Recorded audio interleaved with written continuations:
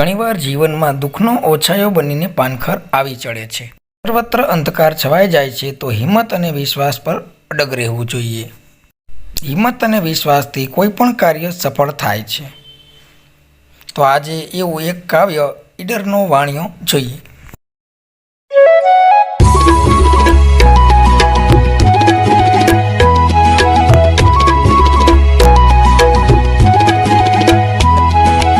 એક ઈડરનો વાણિયો ધૂળો એનું નામ, સમી સાંજનો નીકળ્યો જવા કોટડે ગામ.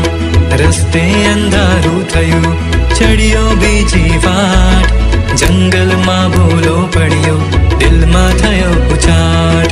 પણ હિંમત એણે ધરી મનમાં કર્યો વિચાર, નથી કદી હું એકલો સાથી મારે પાર.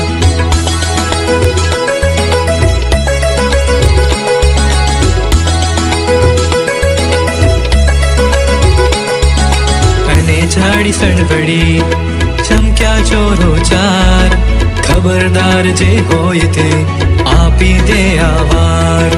કહે ધૂળો એ ચોરને અલ્યા નથી હું એક, 12 જણા લઈ નીકળ્યો કરજો કાંક વિવેક.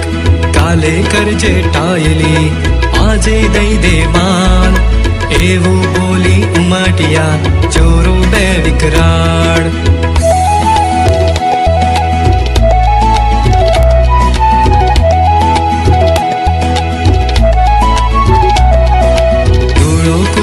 કોથળો વીજે સબો સબ, હતા કોથળે કાટલા વાગે ધબો ધબ. ચોરો ખીચ્યા એમના ધૂળો કાઢે ધામ, ક્યાંથી રે આ વાણિયો શીખ્યો આવા ધામ. આગુ પાછું ના જુએ ધૂળો ખેલે જંગ, બોલે હું નહીં એકલો હવે બતાવો રંગ.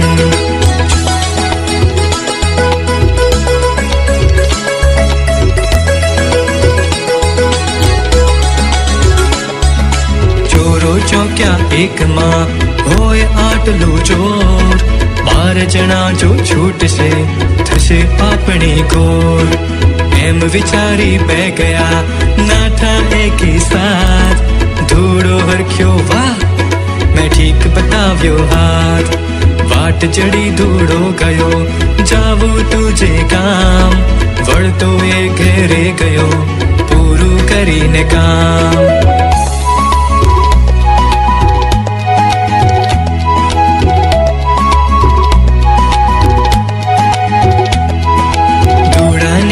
વાર્તા પૂછે બાળ તમામ, કોણ બાળ તમે હતા હવે ગણાવો નામ.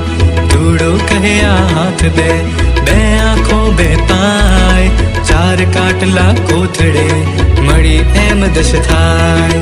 છેલ્લા સાથી બે ખરા હિંમત અને વિશ્વાસ, એ બે વિના બીજા બધા થાય નકામા ખાસ. જીવનમાં ધીરજ, હિંમત અને અડગ વિશ્વાસ રાખવાથી કોઈ પણ ધ્યેયની પ્રાપ્તિ થઈ શકે છે. માણસ મોટા ભાગનું કામ શરીરથી કરે છે, પણ કામ કરવાની પ્રેરણા મનમાંથી જ મળે છે. જીવનમાં જે પણ સમસ્યા આવે તેનો હિંમતથી સામનો કરવો જોઈએ. શ્રદ્ધા, પ્રયત્ન, વિશ્વાસ, પવિત્રતા, હિંમત આ 5 ઔષધિઓ ખૂબ જ મહત્ત્વપૂર્ણ છે.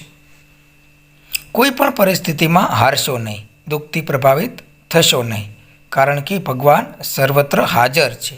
Thank you.